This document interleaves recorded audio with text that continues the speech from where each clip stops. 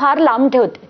कारण आताच्या घटकेला तुम्हाला माहिती आहे, जेव्हा बीडचं हे सगळं सुरू झालं तेव्हाही मी ठरवलं की आपण जाऊन लढूया तिथे.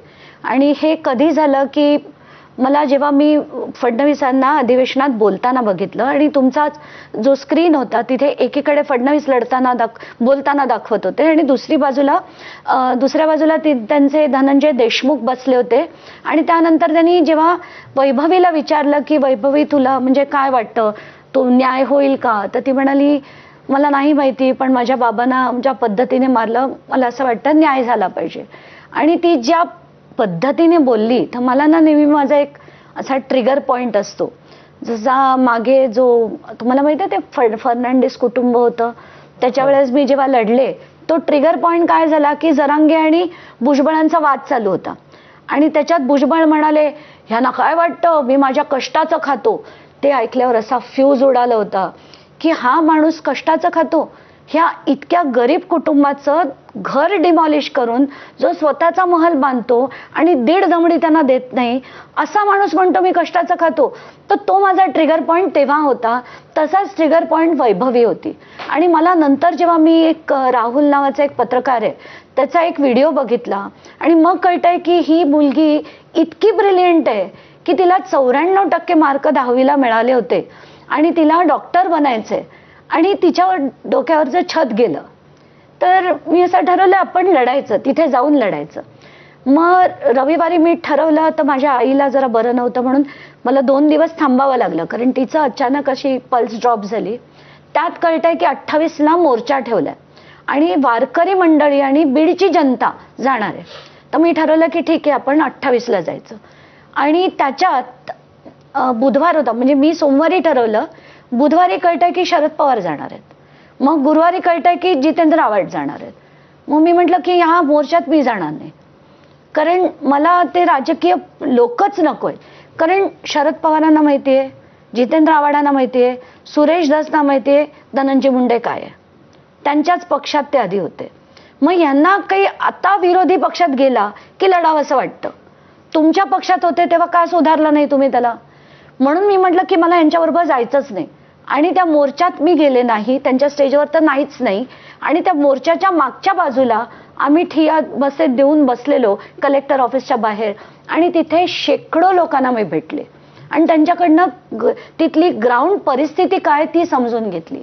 तर जेव्हा फडणवीसांना भेटायला गेली मी म्हटलं तुम्ही राजीनामा का घेत नाहीत. ते म्हणतात माझ्या पक्षाचे नाही आहेत ते. म्हणजे आता काय बोलायचं, मुख्यमंत्री आहेत ते आणि ते म्हणतात माझ्या पक्षाचे नाही आहेत. पण तुमचं सरकार कोएलिशन सरकार आहे ना आणि तुम्ही मुख्यमंत्री असताना एका मंत्र्याचा राजीनामा घेऊ शकत नाही. आणि त्यांना मी सगळे ते कायदे आहेत ना ते कायदे देखील एक्सप्लेन केले. मग मी ठरवलं की तुम्हा सगळ्यांनाच माहिती आहे माझा आणि अजित पवारांचा किती सख्य आहे. तर मी आधी विचार केला 10 वेळा की आपण जावं की नाही जावं. पण मी म्हटलं की जाणं गरजेचं आहे कारण आपला जो एक म्हणजे अभिमान नाही पण एक आपलं एक स्टेटस असतं की आपण अशा लोकांशी बोलायला सुद्धा कधी जाणार नाही. पण तरी मी त्यांना मेसेज पाठवला की मला भेटायचंय. त्यांच्या पीएनशी जेव्हा बोलले तर ते मला म्हणाले की नाही नाही ताई आता ते मीटिंगमध्ये झाल्याबरोबर तुम्हाला फोन करवतो. मग त्यांचा फोन आला आणि ते पण मला वाटतं थोडेसे घाबरले गांगरले व्हॉटेवर कारण त्यांना कळतच नव्हतं आधी सुरुवात कशी करायची बोलायला. मला म्हणाले नाही नाही तुम्ही या नक्की या, मी आता रामटेकवर आहे तर तुम्ही रामटेकवर या. तर तुम्ही किती वेळ लागेल तुम्हाला यायला, कारण मी 8:30 पर्यंतच आहे. तर मी म्हटलं मी 1.25 तास मला लागेल कारण मी सांताक्रूजला राहते आणि तिथे पोचायला मला 1 तास 1.25 तास लागेल. नाही नाही या. मग म्हणे नाही नाही रामटेक नाही देवगिरी बंगल्यावर या.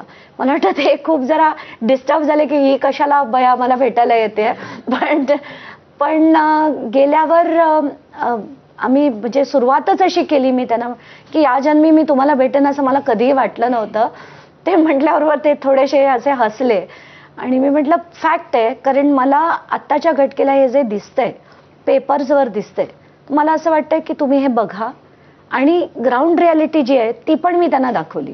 बंदुकांची लायसन्स म्हणा, ज्या मुलांकडे छोट्या छोट्या मुलांकडे ते कट्टे होते, गावठी कट्टे होते, नंतर व्हिडिओज होते माझ्याकडे, अनेक रील्स होती. मग त्यांची ती जी कराडची एक गँग आहे 3333 आय डोंट नो तुम्ही ती दाखवलीत की नाही. त्यांच्या अक्षरशः ते अशा 25-25 स्कॉर्पिओज रस्त्यातनं जाताना आणि त्यातनं माणसाशी गन फायर करताना मी त्यांना ते सगळे व्हिडिओ दाखवले. मी म्हटलं हे काय आहे, महाराष्ट्राची पुढची दिशा आपण अशी करणार आहे का? म्हणजे आणि तुम्हाला जर खरंच वाटत असेल तर काहीतरी इथे थांबवा हे सगळं. तर त्यांना ते पेपर्स दाखवल्यावर ते एकदम, मी त्यांना 3 कायदे सांगितले.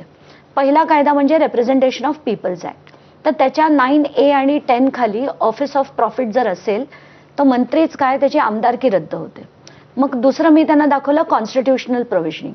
त्याच्यात 102A आणि 191 हे दोन्ही कायदे दाखवले. त्याच्यात सरळ सरळ तेच आहे, ऑफिस ऑफ प्रॉफिट असेल जाईल.